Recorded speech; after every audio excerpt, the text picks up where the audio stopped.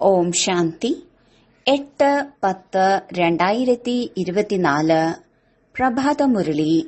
മധുരമായ കുട്ടികളെ, ബുദ്ധി ശുദ്ധമാക്കണമെങ്കിൽ ഒരേയൊരു ബാബയുടെ ഓർമ്മയിൽ ഇരിക്കൂ. ഓർമ്മയിലൂടെ മാത്രമാണ് ആത്മാവ് ശുദ്ധമായി മാറുന്നത്. ചോദ്യം: വർത്തമാന സമയത്ത് മനുഷ്യർ തന്റെ സമയവും പണവും എങ്ങനെയാണ് വ്യർത്ഥമാക്കുന്നത്? ഉത്തരം: ആരെങ്കിലും ശരീരം ഉപേക്ഷിച്ചാൽ അതിനു പിറകെ എത്ര പണമാണ് ചിലവാക്കുന്നത്? ശരീരം ഉപേക്ഷിച്ചു പോയി കഴിഞ്ഞാൽ പിന്നീട് അതിന് ഒരു മൂല്യവുമില്ല. അതുകൊണ്ട് ശരീരത്തിന് പിറകെ എന്തു തന്നെ ചെയ്താലും അതിൽ തന്റെ സമയവും പണവും വ്യർത്ഥമാവുകയാണ്. ഓം ശാന്തി. ആത്മീയ അച്ഛനിരുന്ന് ആത്മീയ കുട്ടികൾക്ക് മനസ്സിലാക്കി തരികയാണ്. ബ്രഹ്മബാബയും ഇങ്ങനെ പറയാറില്ലേ? പിന്നീട് ബാബയാണോ അതോ ദാദയാണോ? ദാദയും പറയും, ആത്മീയ അച്ഛൻ നിങ്ങൾ കുട്ടികൾക്ക് ഈ ജ്ഞാനം കേൾപ്പിക്കുകയാണ്. ഭൂതം, ഭാവി, വർത്തമാനത്തിന്റെ ജ്ഞാനം. വാസ്തവത്തിൽ സത്യുഗം മുതൽ ത്രേതായുഗം വരെ എന്താണ് സംഭവിച്ചത് എന്നതാണ് മുഖ്യ കാര്യം.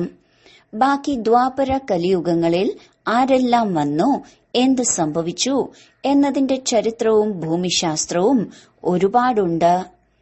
സത്യത്രേതായുഗങ്ങളിലെ ചരിത്രവും ഭൂമിശാസ്ത്രവും ഇല്ല. ബാക്കി എല്ലാവരുടെ ചരിത്രവും ഭൂമിശാസ്ത്രവും ഉണ്ട്. ദേവീ ദേവതകളെ ലക്ഷക്കണക്കിന് വർഷം മുന്നിലേക്ക് കൊണ്ടുപോയി. ഇതാണ് പരിധിയില്ലാത്ത അവിവേകം. നിങ്ങളും പരിധിയില്ലാത്ത അവിവേകത്തിലായിരുന്നു. ഇപ്പോൾ അല്പം മനസ്സിലാക്കുന്നുണ്ട്. ചിലർ ഇപ്പോഴും ഒന്നും തന്നെ മനസ്സിലാക്കിയിട്ടില്ല. വളരെയധികം മനസ്സിലാക്കാനുണ്ട്. ബാബ ആബുവിന്റെ മഹിമ മനസ്സിലാക്കി തന്നിട്ടുണ്ട്. ഇതിനെക്കുറിച്ച് ചിന്തിക്കണം.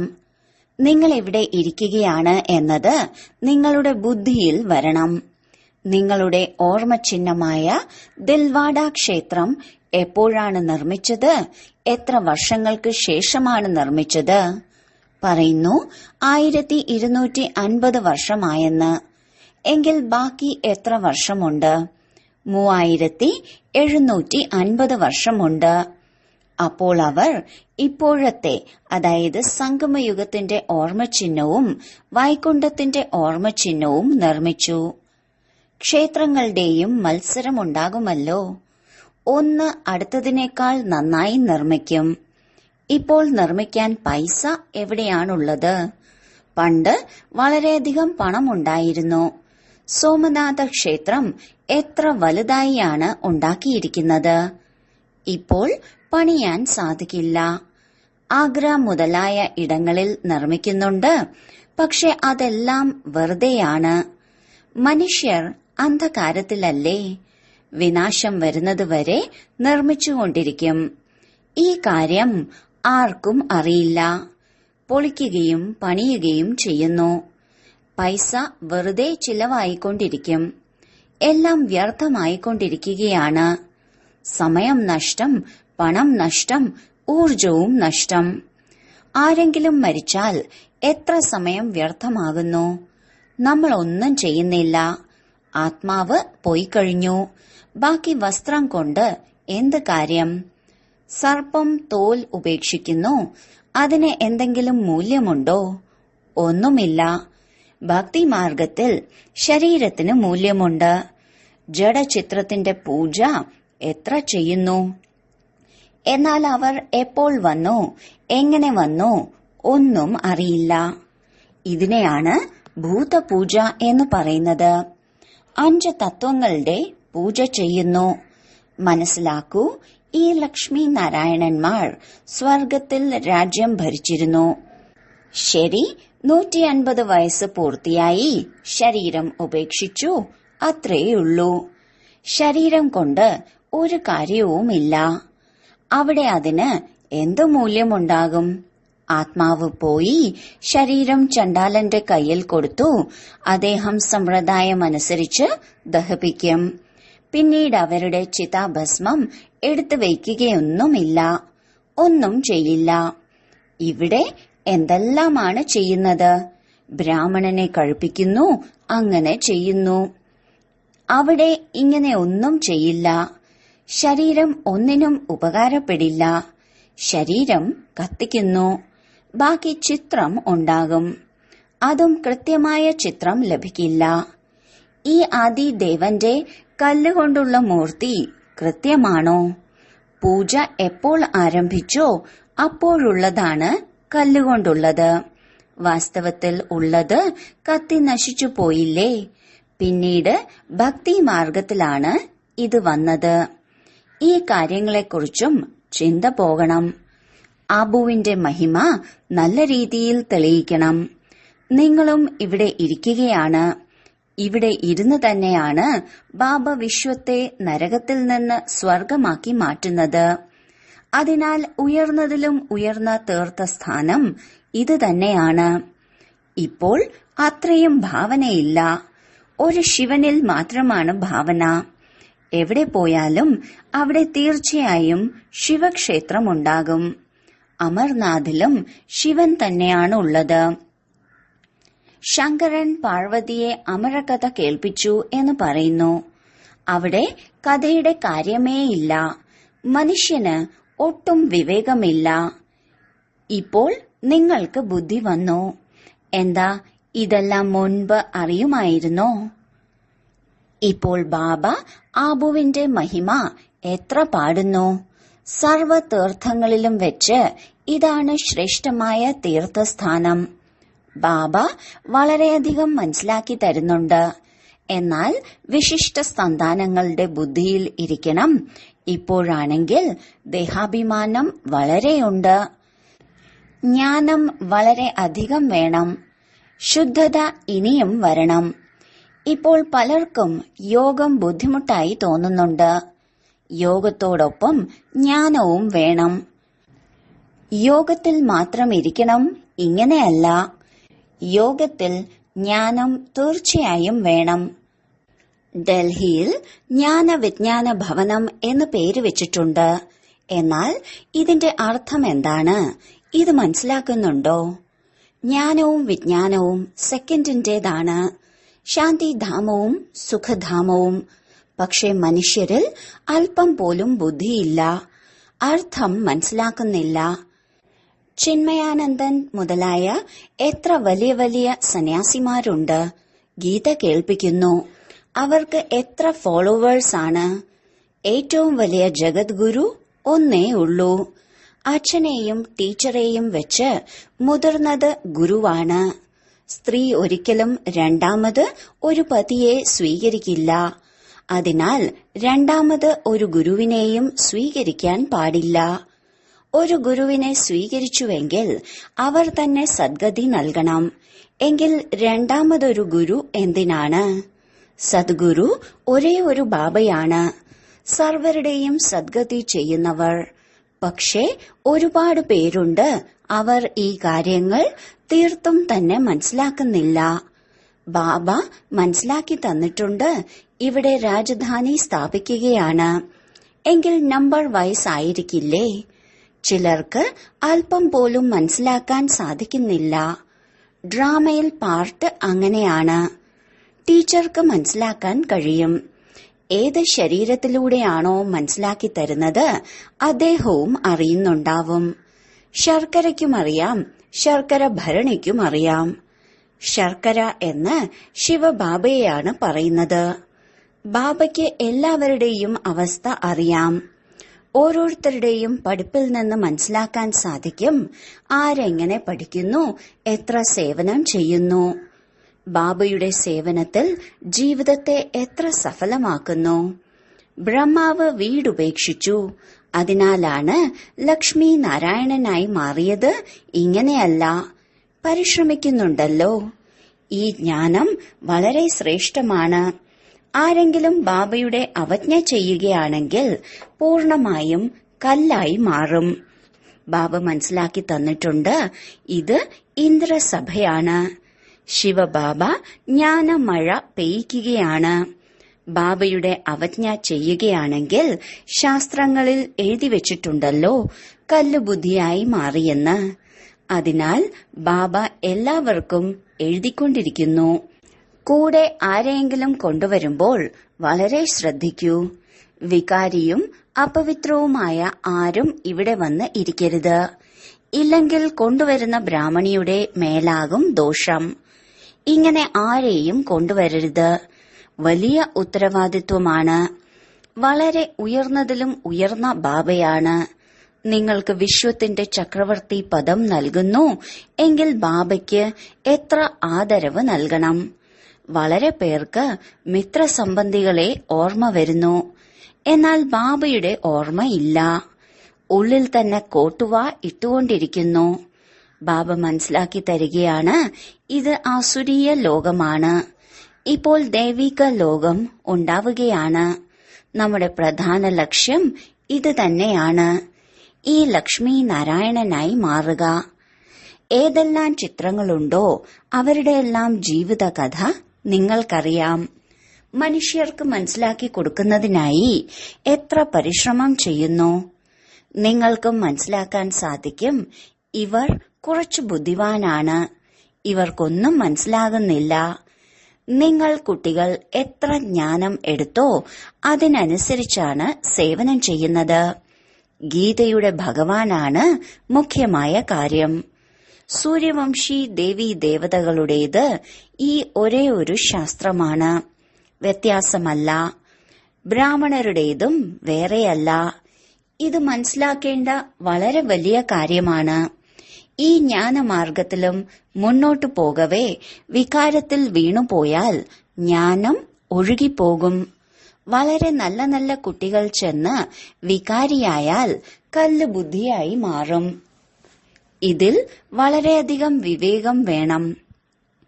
ബാബ എന്താണോ മനസ്സിലാക്കി തരുന്നത് അതിനെ അയവിറക്കണം. ഇവിടെ നിങ്ങൾക്ക് ഇത് വളരെ സഹജമാണ്. ഒരു ജോലിയോ പ്രശ്നങ്ങളോ ഇല്ല. പുറത്താകുമ്പോൾ ജോലി കാര്യങ്ങളുടെ എത്ര ചിന്തയുണ്ടാകും. മായ വളരെ വലിയ കൊടുങ്കാറ്റിലേക്ക് കൊണ്ടുവരും. ഇവിടെയാണെങ്കിൽ മറ്റൊരു ജോലിയുമില്ല, ഏകാന്തത നിറഞ്ഞിരിക്കുന്നു.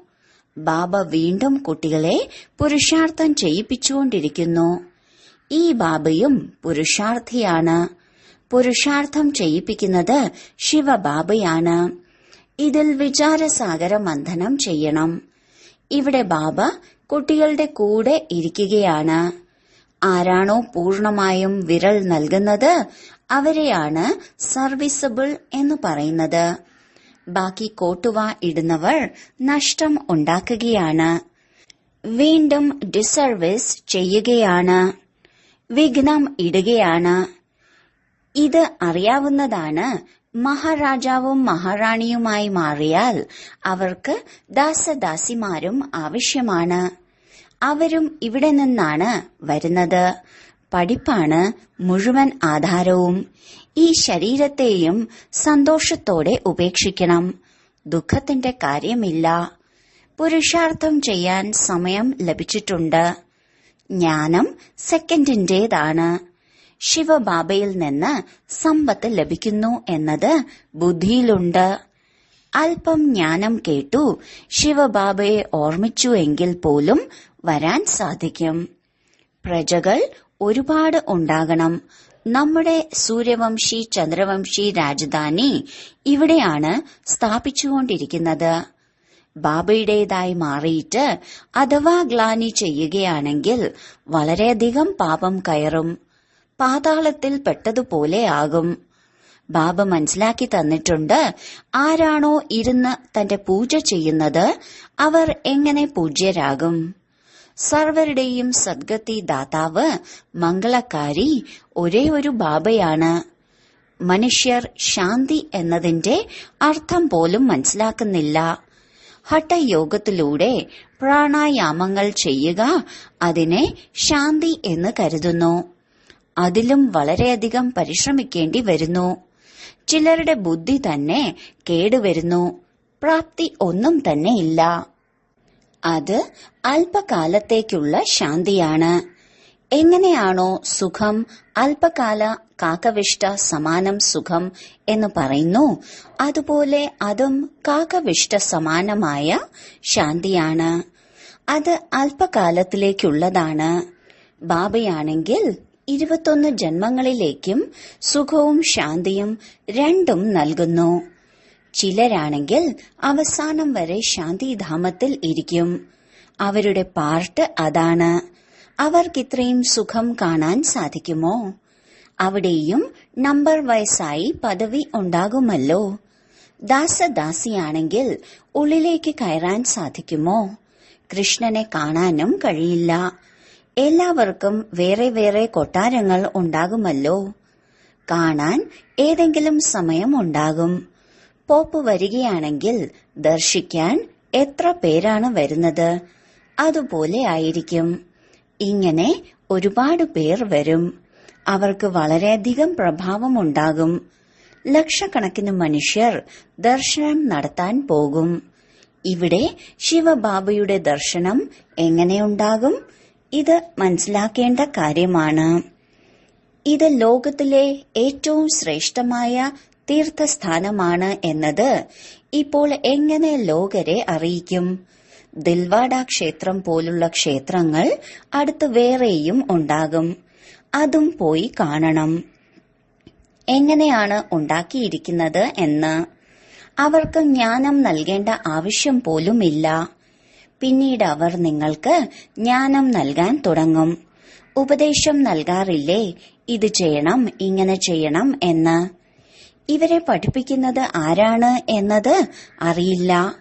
ഓരോരുത്തർക്കും മനസ്സിലാക്കി കൊടുക്കുന്നതിൽ പരിശ്രമമുണ്ട്. അതിനെക്കുറിച്ച് കഥകളുമുണ്ട്. പുലി വന്നു എന്ന് പറഞ്ഞു. നിങ്ങളും മരണം വന്നിരിക്കുന്നു എന്ന് പറയുന്നുണ്ട്. പക്ഷെ അവർ വിശ്വസിക്കുന്നില്ല. ഇനിയും 40,000 വർഷം ബാക്കിയുണ്ട്. മരണം എവിടെ നിന്ന് വരാനാണ് എന്ന് കരുതുന്നു. പക്ഷെ മരണം തീർച്ചയായും വരേണ്ടതാണ്. എല്ലാവരെയും തിരികെ കൊണ്ടുപോകും. അവിടെ ഒരഴുക്കും ഉണ്ടാകില്ല. ഇവിടെയുള്ള പശുവും അവിടെയുള്ള പശുവും തമ്മിൽ പോലും എത്ര വ്യത്യാസമാണ്. കൃഷ്ണന് പശു വളർത്തലാണോ ജോലി? അവിടെ അപാരമായ സുഖമാണ്. അതിനായി പൂർണ്ണ പുരുഷാർത്ഥം ചെയ്യണം. എത്ര നല്ല നല്ല കുട്ടികൾ സെന്ററുകളിൽ നിന്ന് വരുന്നു. കണ്ട് ബാബ എത്ര സന്തോഷിക്കുന്നു. നമ്പർ വൈസ് പുരുഷാർത്ഥമനുസരിച്ച് പുഷ്പങ്ങൾ വരുന്നു. ആരാണോ പുഷ്പങ്ങൾ അവർ സ്വയം പുഷ്പമാണെന്ന് മനസ്സിലാക്കും. ഡൽഹിയിലും രാത്രിയും പകലും കുട്ടികൾ എത്ര സേവനം ചെയ്യുന്നു. ജ്ഞാനവും എത്ര ഉയർന്നതാണ്. മുൻപ് ഒന്നും അറിയില്ലായിരുന്നു. ഇപ്പോൾ എത്ര പരിശ്രമിക്കേണ്ടി വരുന്നു. ബാബയുടെ അടുത്തേക്ക് മുഴുവൻ വാർത്തകളും എത്തുന്നുണ്ട്. ചിലർ കേൾപ്പിക്കും, ചിലർ കേൾപ്പിക്കില്ല. കാരണം രാജ്യദ്രോഹികളും ഒരുപാടുണ്ട്. വളരെ ഫസ്റ്റ് ക്ലാസ് ആയവരും രാജ്യദ്രോഹി ആവുന്നുണ്ട്. തേർഡ് ക്ലാസും രാജ്യദ്രോഹിയാണ്. അല്പം ജ്ഞാനം ലഭിച്ചതും ഞങ്ങൾ ശിവബാബയുടെയും അച്ഛനാണ് എന്ന് കരുതുന്നു. ആരാണ് ജ്ഞാനം നൽകുന്നത് എന്ന് തിരിച്ചറിയുന്നതേയില്ല. ശരി, വളരെ കാലത്തെ വേർപാടിന് ശേഷം തിരിച്ചു കിട്ടിയ മധുരമധുരമായ കുട്ടികൾക്ക് മാതാവും പിതാവുമായ ബാബ്ദാദയുടെ സ്നേഹസ്മരണയും സുപ്രഭാതവും. ആത്മീയ അച്ഛന്റെ ആത്മീയ കുട്ടികൾക്ക് നമസ്കാരം. ധാരണയ്ക്കുള്ള മുഖ്യസാരം: 1. വിശ്വത്തിന്റെ ചക്രവർത്തി പദവി നൽകുന്ന ബാബയോട് വളരെയധികം ബഹുമാനം ഉണ്ടാകണം. ബാബയുടെ സേവനത്തിൽ തന്റെ ജീവിതം സഫലമാക്കണം. പഠിപ്പിൽ പരിപൂർണ ശ്രദ്ധ നൽകണം. 2. ബാബയിൽ നിന്ന് ലഭിക്കുന്ന ജ്ഞാനത്തെക്കുറിച്ച് വിചാരസാഗര മന്ഥനം ചെയ്യണം. ഒരിക്കലും വിഘ്നരൂപമായി മാറരുത്. ഡിസർവീസ് ചെയ്യരുത്. അഹങ്കാരത്തിലേക്ക് വരരുത്. വരദാനം: 4 വിഷയത്തിലും ബാബയുടെ ഹൃദയത്തിന് ഇഷ്ടപ്പെട്ട മാർക്ക് നേടുന്ന ഹൃദയ സിംഹാസനധാരിയായി ഭവിക്കട്ടെ. ഏതു കുട്ടികളാണോ 4 വിഷയങ്ങളിലും നല്ല മാർക്കുകൾ നേടുന്നത് ആദ്യം മുതൽ അന്തിമം വരെയും നല്ല നമ്പറിലൂടെ പാസ്സാകുന്നത് അവരെയാണ് പാസ് വിത്ത് ഓണർ എന്ന് പറയുന്നത്. ഇടയ്ക്കിടെ മാർക്കുകൾ കുറവായി പിന്നീട് ശരിയാക്കുക, ഇതിൽ കാര്യമില്ല. എന്നാൽ എല്ലാ വിഷയത്തിലും ബാബയുടെ ഹൃദയത്തിനിഷ്ടപ്പെട്ടവർ മാത്രമാണ് ഹൃദയ സിംഹാസനധാരി ആവുക. അതിനോടൊപ്പം തന്നെ ബ്രാഹ്മണ പരിവാരത്തിലും സർവർക്കും പ്രിയപ്പെട്ടവർ, സർവർക്കും സഹയോഗി, സർവരുടെയും ബഹുമാനം പ്രാപ്തമാക്കുന്നവർ തന്നെയാണ് ഹൃദയ സിംഹാസനധാരിയും രാജ്യസിംഹാസനധാരിയും ആകുന്നത്.